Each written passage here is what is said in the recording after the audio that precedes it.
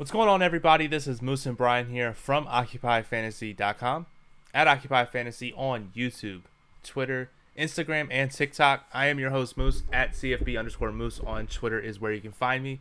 I'm the co-founder and data guru here at OccupyFantasy.com, alongside with Brian Jester, at BrianJesterFF on Twitter. He's co-founder and CEO of Occupy Fantasy and professional DFS player. What's up, Brian? What's up, Moose? Typical Saturday. We got UFC, we got football. I know you're sweating out the Army-Navy game over there, and it just an encapsulation of this season. We have Jared Goff on the cover of the Daily Plug, which I never thought would be a thing. So, what's up? It's been a crazy Saturday so far with World Cup action, some crazy stuff going on over there. I have like a significant amount of money on this Army Navy under, and we're just cheering on like third and 14 draws up the middle for 2 yards, like The best. false starts everywhere. It's great. I'm loving it. So, but while we're going to be sweating that, we're going to be talking about some football, some NFL, how to play it, because Brian, it seems like some interesting plays that I definitely want to pick your brain about. And it just seems we had a revelation on the Tuesday show about playing good chalk versus some bad chalk. Made a revelation about that. So curious to get your thoughts on if there's anything like that this week. But let's start again from the very top. We like to talk about high level stacks. Is there any games we like to stack? Any specific teams that we like to stack? And as you see, Golf's on the cover. I assume you like the Lions. I do like the Lions. So, shout out to Chris for writing the plug once again this week. I encourage everyone to check out his video where he builds lineups and talks about stacks and low risk and high risk. Really good walkthrough of how the slate is looking. And yeah, what Chris laid out in the plug, what you and I were talking about, what the model's looking at, I think a lot of the games are pretty obvious from a stacking standpoint. And maybe we're not 3x1 stacking them. Maybe we're just 2x1 stacking them. But I think the one that, as everyone agrees, sticks out the most is this Detroit-Minnesota game. It's one of 2 games with a total above 46 on this main slate. It's one of the 10 games. It's the only game of the 10 that has a total above 50. And a lot of the players in this game are relatively underpriced. So I think first and foremost, this game has to be the one that we consider stacking. Yeah, I mean, and my rankings as well. That's the one that that entire game is just loaded with players, studs that you have to play. It allows you to fit in so many other things with your lineup as well.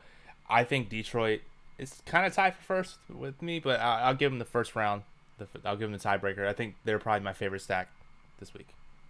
Agree. And the field understands that, right? Jared Goff is 15% projected on DraftKings for us. That's the highest on the slate. So it's not like we're getting over the field. It's not an idea that the field isn't catching up to. But as we move through this show, Moose, really, I think our points of differentiation are going to be in the running back spot, because the stacks, I think, will mostly play in line with what ownership is expecting. And again, it's a flexible sport. It's a flexible game. It's not we have to differentiate at this specific position, at this specific salary every single week. Sometimes we differentiate at running back. Sometimes we differentiate at wide receiver. Sometimes we differentiate with entire stacks. So this week, it feels like most of the stacks are pretty usual. And Minnesota and Detroit definitely tops the list, because especially most with Jerry Rice and Justin Jefferson, 2 of the highest ceiling wide receivers on the slate in the same game. And you can fit them in. Yeah, exactly. That's the biggest thing. You could do Goff, Amon-Ra, Justin Jefferson. I mean, if you look at our wide receiver model, Amon-Ra, St. Jerry Rice, number 1, Justin Jefferson, number 2. So anytime you can get a game stack with top 2 receivers in the model, that's usually a good sign. Yeah, and that's what stood out to me the most too, as we talk about which positions we're differentiating this week. At the top of the model this week, the top 4 guys are 4 of the most popular at the position on the week. St. Brown, Jefferson, Diggs, Jamar Chase. CeeDee Lamb is top 6, and then you look at Garrett Wilson, he's top 10 or so on DraftKings, who's for whatever reason still 5,900. So, yeah, I think again this goes back to the Tuesday show, right, where we play these receivers who are underpriced in good spots. Just play them. Don't try to get cute there, get cute elsewhere. Exactly. Yes. So the next stack that Chris wrote up, and I'll go ahead and I'll scroll down here. That's on the plug written by Chris, is a game that I really like. Cleveland at Cincinnati. it's Joe Burrow's birthday today, so that means he's going to show up tomorrow. I know that's terrible analysis, but he's also good. So, but I'm curious to get your thoughts on the game, Brian. Let's start with the other side really quickly. Deshaun Watson looked horrific last week. Like, it wasn't like, okay, he missed some throws, he looked rusty. Like, he was throwing every ball into the dirt. It was mind blowing how bad he was. Yeah. Can he fix that after not playing for 2 years? Can he fix that in a week? I don't know. You got to figure Amari Cooper didn't practice Thursday and Friday too. But what we do know, as we've had a common thread on this show throughout the year, is Cincinnati wins GPPs multiple times per season. And we got away with the Moose last week, fading him. Burrow still got a rushing touchdown, of course, and was in some decent lineups. But we can play them this week. They have slate-breaking potential. And going back to the salary thing I was talking about, Moose, right? Like last week, if you looked at two stacks that ranked really well, Vegas and Chargers last week, Kansas City and Cincinnati last week, their combined top-tier players were in the whole game was like, I can't remember what the metric we used, right? But basically, let's say it was $55,000 this metric that I look at. This week, the highest price one is $50,000. So 10% less expensive this week is the highest price stack. So that makes a big difference when you can fit in guys like Chase and Higgins and Burrow and stuff like that. The cost isn't nearly as prohibitive this week in determining which stacks we play as it was last week. Yeah, and just to follow back up on the Cincinnati side, how are you handling the running back situation? I know Mixon doesn't have the injury designation. He's finally back from concussion protocol, but Samaje Perine's actually good. I'm curious to get your thoughts on that backfield. I mean, given how Joe Mixon has played this year, outside of the 5-touchdown game, like you just look at his efficiency, it feels wrong that Cincinnati wouldn't at least consider some sort of split backfield, because Perine has looked good on the ground, breaking tackles, finding the right holes, obviously great in the passing game. However, I think what they said was this is Joe Mixon's backfield. I think they said that this week. But it has to at least give you some cause for concern after Perine plays so well that Mixon is relatively popular and has disappointed in, 10 out of 12 weeks that he's played. So he's cheap and affordable and popular, but that could be one of the spots where we differentiate and instead play this passing game, and then we get the double leverage. Yeah, exactly. Completely agree with you there. What do you think as a Cincy fan? What do you think as far as Mixon Perine goes?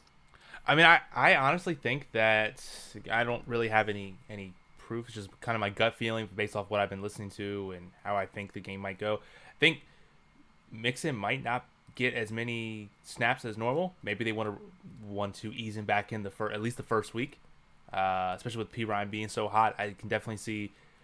What was it? It was 3 weeks ago where I think it was Chris made in the staff chat note that Perine's playing second down sometimes. This is when Joe Mixon was still playing. They're like, why is Perine in on second downs in certain situations? So it's not unprecedented that Perine takes some snaps. So I do think they ease him in this first game. That's fair. That's totally fair. Definitely. And then some one-offs that Chris have in the plug here is Philadelphia and Buffalo. Two high-powered offenses, both are really high in our model. Any thoughts about any of those teams, Brian? Yeah, you gotta like Philly as always. Really like them there in that game. I like the Buffalo side. I actually like the Jets side too in that Buffalo game, Moose. And and Kansas City is big favorites. I like them as well. So again, difficult to stack. Maybe we just play Mahomes, Kelsey, right? Maybe we mix in the third option, but Mahomes, Kelsey looks decent. But yeah, I mean, we talked about it last week with Mike White. And I think it was you that mentioned if we're gonna play Garrett Wilson such high ownership, why don't we play his quarterback too? Yeah. And it worked out really well for me last week at least. So yeah, I think you gotta consider Mike White stacks as well this week. Yeah, I mean, I'm looking here. Garrett Wilson, like you said, he's like 10th in the model or so. And let me pull up the quarterback side here. I mean, you have Mike White, 5,500 on DraftKings, 6,800 on FanDuel.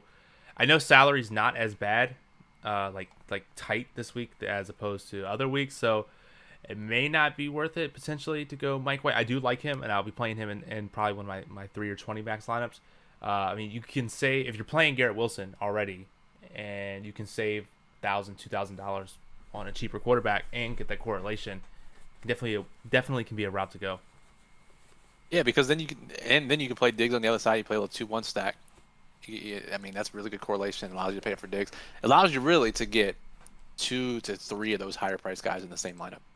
Yes, exactly. That pretty much covered. Any? I know you mentioned Kansas City, but any other stacks that kind of popped off for you at all, Brian? No, I think the two Chris listed plus Kansas City is where I'll be looking this week. Minnesota, Detroit, Cincinnati, Philly, Buffalo, Jets, maybe Kansas City. I haven't really narrowed it down yet and haven't built a ton of lineups yet. Really, I was waiting for the Seattle news, which we should probably talk about next, because Mm-hmm. you couldn't build on this slate until we found out some more information about how the Seattle backfield is going to pan out. Exactly. Yes. So let me scroll back up for the picture here. But yes. So the Seattle news, as I think Ed put it out in our Discord, he's like, "Why is Travis Homer number one in our running back model?" And what's his name got called up for the Seahawks? I can't pronounce his name. Godwin. Yep. Something. Yep. Pickle And movie, yep. but yeah. So Kenneth Walker, DJ Dallas, game time decisions. I personally think, Brian, I don't know about you, it seems like they're trending out. You don't really call up someone to your active roster if they're game time decision. So that's the case. Travis Homer could be in line to start, get a bunch of carries, get a bunch of work. 5K on DraftKings, 5,800 on FanDuel. Seems like a pretty good option, but I'm curious to hear your thoughts. Yeah, I guess the first question is I'm curious to see if and when ownership catches up, because there's a very real chance we get an overnight report from Schefter or Rappaport or Pelissero, and it's like, these two guys aren't playing. Seattle really likes Homer. They're going to play him. And that would be probably worst case scenario, I think, from keeping an ownership and check perspective. Mm-hmm. Because right now, we don't officially know if they're playing. All signs point to them not playing. The signs that point to them not playing, one, they haven't practiced all week, neither of them. They're literally DNPs all 3 days. Mm-hmm. Listed as questionable.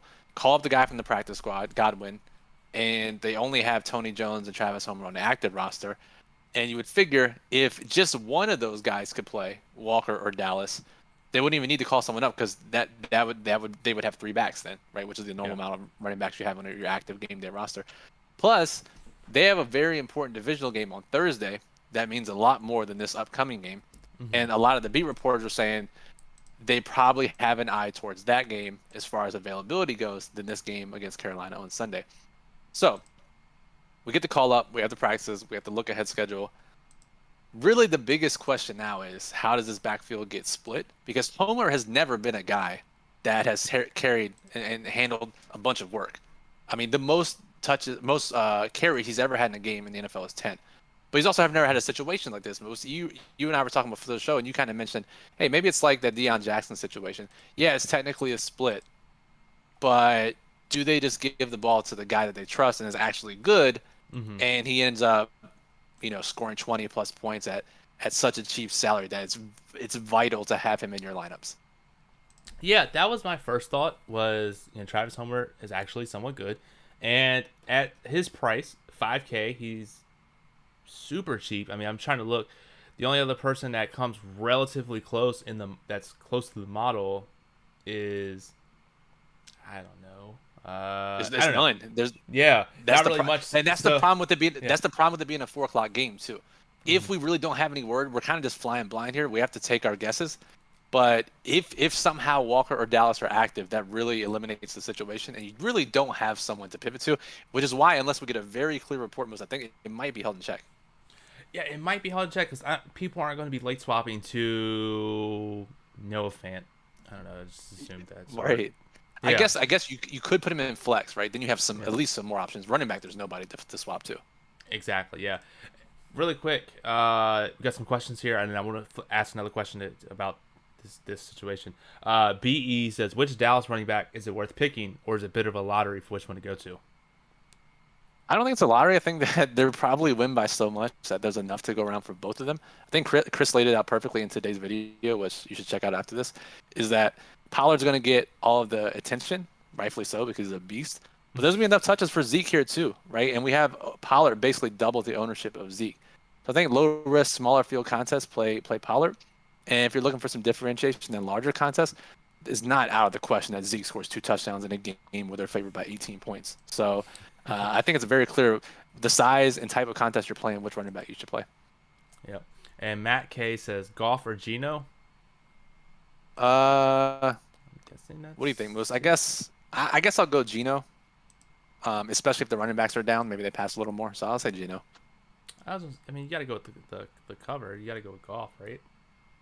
I assume Matt is talking about season long, but I'm not sure. Maybe Matt can clarify. Yeah. Let's see here. And then worst rip of all time says that there's a blocked punt return for a touchdown in an Army Navy game. So got a little bit of a sweat going on. You couldn't just easily go into the half most up 3-0, right? Exactly. No, that's what they get for running on 3rd and 27 or whatever it was. But let me go back to the running back situation with Travis Homer. I know you said if we get overnight reports, if they're out, what on the off chance what if Schefter, somebody tweets out, says one of them is out? Like then it's a no-go. I think. Well, here's the thing: if Kenneth Walker is the guy who's in, then we can just play him probably, because it was a weird situation, right? It didn't look that bad. They said it was like a strain to the inside of his ankle. It was like a super weird injury. But he's a guy that would handle most of the touches if he's active. Like if they deem him healthy enough to play 4 days before an important divisional game, he's probably good enough to get his normal workload. If Dallas is active, then it's just a clusterfuck, right? Because then we don't really know who's going to play how much, because Dallas, Homer, Jones aren't really separating themselves from each other. So really we just got to hope they're both out. They're likely both out based on the moves. And I guess the one saving grace, Moose, is kind of like Deion Jackson, is Travis Homer does catch passes. Like he's normally in the game to catch passes. It's not like this is a 2-down running back that we're hoping he gets all the early down work and he's going to get taken out on passing downs. Worst case scenario, even if they like Tony Jones, Homer's going to be in there on passing downs. So absolute worst case scenario, he'll get some catches and have a non-zero floor for us. But I do think the upside's pretty high and the model clearly picks up on it. Yeah, I mean, it makes perfect sense. And I'm actually looking here at the prop radar. It's not Homer doesn't have any like actual like player props put up. He does have some like touchdowns. I mean, almost 3-1 to score a touchdown on FanDuel, assuming the news if he actually starts and plays. I think that can actually be a good bet too. Now that I'm looking at it. Oh, I like that. You said that was Homer? Yeah. 3-1. That's. I mean, I would lock that in now because it's going to move, right? So I would lock that in. Definitely. Ed says so. No love for Huntley. 86% completion rating, 17 points in the first half. He's Lamar that can actually pass. Yeah, I mean, I know that shots fired at Lamar, except Lamar has better passing numbers in every advanced metric possible. So I get it. Huntley had a huge blow-up game last year, but he also was disappointing in like 4 out of the 5 starts he played from a fantasy perspective. So lower scoring divisional game. Huntley obviously has legs, and that can help. But I don't know. I mean, I can see playing a Huntley Andrew stack. That's not the worst play in the world. But comparing him to Lamar Jackson is not even a conversation. No, exactly. Let me see what is his price. He's 5,500. So I don't know. I'd rather play Mike White, but same price. But yeah, no. I mean, I don't hate it. It could be. It's definitely something. The only thing that scares me a little bit, Brian, is Pittsburgh is the number 1 defense in our model this week. Yeah, the model. When it comes to defense, the model understands upside there. So it's saying something about Huntley for sure. Yeah, definitely. I would just say Lamar's numbers are. Tyler Huntley has career 3 touchdowns, 5 interceptions. Lamar, that's a negative touchdown interception rate. Lamar has a 3-1 touchdown interception ratio, and he has double the yards per attempt. So let's not compare these two. Definitely. But yes, let's see here. Yeah, don't forget about the Deontay run back. Definitely. But let's go back to you gotta lock in those 10 points from Deontay Johnson. Speaking of that Seattle game, the number 2 running back in our model is actually Deontay Foreman, which 2 cheap running backs, Brian. Top of the model. I'm curious how are you playing Deontay Foreman? I mean, this is the part I was kind of alluding to earlier. It's super interesting, right? Normally the model picks up on the high ownership running backs and ranks them highly, but as we've said the past couple of weeks, when these guys are at the top that we're not expecting, we have to play them because the model is clearly picking up on something, and it's called the guys who have broken the slate like 5 or 6 times this year. and it's funny because one of our Discord members, Chili Willie, is a Carolina fan. On like Monday or Tuesday, was like, all right, we got to play Foreman this week. He's going to crush Seattle. And everyone's like, yeah, whatever, you're a fan. At least I was. and then the model comes out Wednesday or Thursday, and Foreman was at the time was number 1 in the model. So the model agrees. And again, sub 10% ownership. And like you said, Moosey's cheap. So we play Foreman, we can fit in Jefferson and Amon-Ra or Kelsey or Diggs or whatever these higher price guys we're playing. We play Homer and Foreman. I mean, the guys who have high ownership at the running back position this week have warts, right? Pollard Zeke, they could lose work to each other. Mixon, we don't know about the P. Ryan split potentially. Derrick Henry hasn't been that great, and somehow he's chalked this week. I don't understand that. Swift had one game with increased usage. Now all of a sudden people are flocking to him. I mean, would anyone be surprised and be tilted and not be tilted if Jamal Williams gets 3 1-yard touchdowns again? No. So I think the high owned running backs this week are pretty volatile. And if we can get these two guys most, I'm willing to play because it's a pretty big difference. Homer Foreman to some of these other guys. This is the spot where we get different this week. I mean, and even if you're making multiple lineups, you can switch them out. You don't necessarily have to go full overhead because if they're going to be so cheap and so low owned, like Deontay Foreman, less than 10%. If you have 20 lineups and you do 20%, you're already doubling the field. That allows you to if you do like these other running backs, say you like, I don't know, Miles Sanders, DeAndre Swift, whoever, some of these more expensive players, you can kind of rotate those around as well. It's really a good play with a bunch of salary saving that helps you fit in some other studs. Totally agree. Totally agree. It's just normally when you're building lineups, at least for me, and with our model, sometimes the positions don't mesh well together, right? There may be some weeks all the high-owned guys are at the top of our model, and it's like, okay, well, that's really tough for tournaments because the model's not really differentiating from what the field is thinking. Or it's like, okay, here are the low-owned guys that fit with the high-owned guys, but the pricing doesn't work or the stacks don't work. Here we have a rare case where the stacks all make sense with what Chris is saying. The receivers who are supposed to be popular and supposed to be good and underpriced rank at the top of the model. And then in order to fit those guys in, we need some cheaper running backs. And the model's picking up on 2 guys that are sub 10% for differentiation. Like, it's literally building itself this week. And I'll just say I'm happy to have some 4K tickets for tomorrow to utilize this. I know, and don't forget about it either. Like you said, model's really good at picking high upside defenses. We got some good defenses that can have some good upside with not only Steelers, but I think Cincinnati, Dallas isn't as expensive as they should be. Handful of defenses at the top of the model that have high ceilings, which is nice. I mean, we got Cincinnati's defense 2% owned against a guy who literally couldn't throw the ball last week. So, like legally couldn't throw the ball. Legally 2 weeks ago couldn't throw the ball, and then legally last week was physically not capable of throwing the ball. Yes, exactly. So, some good setup here. Let's talk about the only position we haven't really talked about here. We're here for about 5-6 more minutes or so, and then we're going to get out of here. So if you have any questions, now is the time to go ahead and ask them. Let me pull up the tight end here. Obviously, Travis Kelce. Jesus Christ, how expensive he is. It's very expensive. I mean, you could even fit him in if you have some cheap running backs. I don't think that could be the play, but if you're stacking, I could see that being the thing. But a handful of other stacks. I mean, what do you think about from... We talked about it before with kind of mega stacking. You have your 2-1 stack, maybe 3-1 stack, depending on what team you're playing. And you're like, well, I'll just throw the tight end as well because there's some correlation there. And they may or may not necessarily break the slate, but they get you enough to get you there. I'll just say this, and excuse my language, I'm tired of this fucking position this year. Like, literally every week it's exactly the same. It's like, okay, Kelsey's expensive, hard to fit. Then it's like, all this, then we can play Hawkinson or Knox or Freiermuth or Kittle or Schultz or Conklin or Njoku.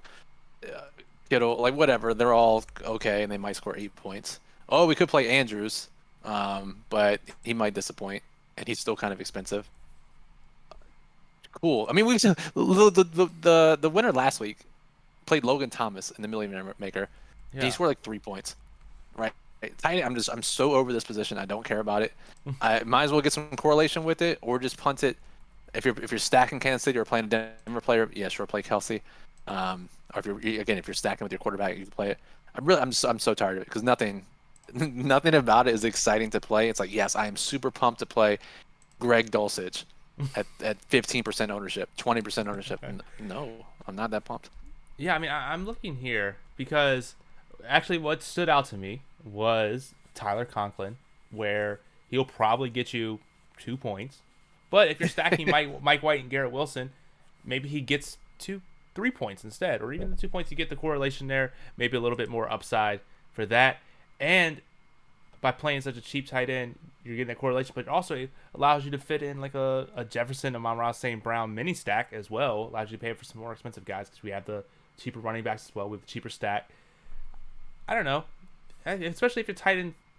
The thing is though, like he can actually get some targets, which is nice. Like he's projected for 5 targets. He's had some games, right? Yeah. And the thing is, even if he scores 2 points at 3,100, he's not killing you. As clearly we've seen people win $1 million with 2 points at $3,100. So his range of outcomes, as stupid as this sounds, it literally doesn't matter with his dumb position.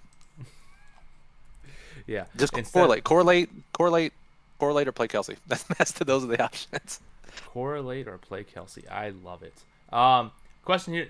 Couple questions here from Ed. Says, are you playing Hurts/Allen this week, Ryan? I'm considering. I haven't narrowed down completely outside of those first 3 games, but they're on my radar for sure. Okay. And any Chris Moore interest with Nico and Cooks out? Oh man, now we're getting down to the bottom. So yeah, Nico Collins, Brandon Cooks, both are out. That means we have Phillip Dorsett and Chris Moore in 2 tight end sets for Texans as 18-point underdogs. Someone's got to catch the ball. Okay. I don't know, man. I guess if you need it, I don't think we need it this week, but if you need it, there are worse spots for sure. Definitely. Okay, so Matt says his season is on the line, and he's got to choose between Goff and Geno. Yeah, I'd say let's go. Let's ride, right? Let's ride Geno. Yeah, man. People wrote off Geno. They didn't write him back. Don't be that guy, Matt. Write him back this week. And OS says Foreman or DJ Moore with Panthers defense. Well, there's more correlation with the running back and the defense. All right, if the Panthers defense is getting points, that's likely meaning less passing for their offense, which means less for DJ Moore. If Panthers defense is doing well, it likely gives more carries to Deonta Foreman. So play the correlation game there. Go Foreman with Panthers D. Makes sense to me. And let's see here. That looks like we're all caught up. So the last thing we normally do on these shows is I'm going to bring up the wide receiver model here, and we're going to see if we can find some low-owned, cheap guys that can get us that touchdown. And so we're going to go ahead and take the filter to do 10% or less guys that are 5,000 or less on DraftKings. And this is definitely a list. I'll say that. You said so 5K or less, 10% or less, right? Yeah. Oh man. Okay. Darius Slayton's an underperforming wide receiver this week, so we could sneak in Darius Slayton. Is he on your list? Oh, is he not on your list? Darius Slayton moves? Oh, he's 5,100, just barely missed. Okay, so we'll count it. Oh, this is. Sir, do you have a name that you have in mind? So, I was actually gonna think. This is rough, dude. So I was gonna say, I don't know, man. Probably I was leaning towards probably like Isaiah McKenzie. Okay. I don't know, just I like his name. Like this list is not that good. Okay, so this can be the icing on the cake for this show. It's like these guys aren't in that great of spots this week. It just builds into more of that line of construction we were talking about earlier. Mm-hmm. Like pay for the good guys at receiver, get different at running back and tight end, maybe stacks. So I don't know. I guess I'll go Zay Jones most just because he has the most. He has the safest target volume of the bunch. Yeah. So I'll go Zay Jones, but this is quite the list. This is definitely a list. Yeah, definitely pay up because I'm looking at some of these people on the prop radar for to score a touchdown. And you're like 8, 9, 10 to 1. It's like, yeah, these people aren't good. Also, speaking of wide receivers and scoring touchdowns, again, filtering out the list, and we do see Amon-Ra at the beginning. If you had to put a price on what his touchdown prop would be, what do you think it is? They do use him near the goal line, like on purpose. So yeah. I would say probably like minus 175 or so. This is off the top of my head without any projections. To score a touchdown, he is plus 250 over on FanDuel. So you should. Wait, Amon-Ra St. Brown to score a touchdown is plus 250? According to our prop radar, it is. Let me check. Hold on. I'm about to unload, so to speak. Hold on. Let me see that really quick. Is that I'm gonna look myself. Is that to score a first half touchdown, or is it to score a touchdown period? They say just to score a touchdown. They say who's they? Who's they? I mean, DK has plus 200 too. Yeah, it looks like it's 200 on DK and then 250 at. That seems very high. That actually should be. Yeah, I it should literally be minus. Yeah. All right. Well, here's the thing, guys. Let's just close out the show. You're in a legal sports betting state. If you're not, still find a way. Let's just not play DFS this week. Let's go bet Jerry Rice to score a touchdown. We get 2.5 to 1 on our money. It's probably more than we'll get back in any of our DFS lineups. That's a no-brainer bet to me. Yeah, I mean, it's always crazy. Again, I always talk about line shop, line shop, line shop. Over at I'll say at PointsBet, that same exact bet is even money, so you get literally twice the amount of your return just by line shopping. Wait, how? How is that? Is crazy, man. That's crazy to me. Yeah. Crazy. All right, well let's close the stream so you and I can go bet. Yep. Really quick, last question here from Matt K. Zay Jones or Devonta Smith? Devonta Smith. Yep. So that'll do it. We're gonna go ahead and bet this Amon-Ra St. Jerry Rice bet. Score touchdown. I hope you all do the same as well. But again, remember, please bet within your allocations. Bankroll management is very important. Gamble responsibly. We have to say that. And we'll see you two guys tomorrow on the Discord channel, occupyfantasy.com/Discord. Chris will be doing a live Q&A. And then we'll be back on Tuesday to break down Brian's lineups to see how they did. And then a week from today, we'll be back. We'll have to figure it out because there is... No, I don't think there's not. No, Christmas is in 2 weeks, so we're fine. Normal time should be good for Saturday next week. Not even, because we have a 3-game slate next week, so we'll figure out the times because the schedule gets weird here in December. Yes, you're right. So yeah, we'll figure it out. Just follow us, occupyfantasy.com, Discord, Twitter, Instagram, all that good stuff. We'll be posting about it, and we'll see you next time. Till then, Moose and Brian, have a good night. Peace.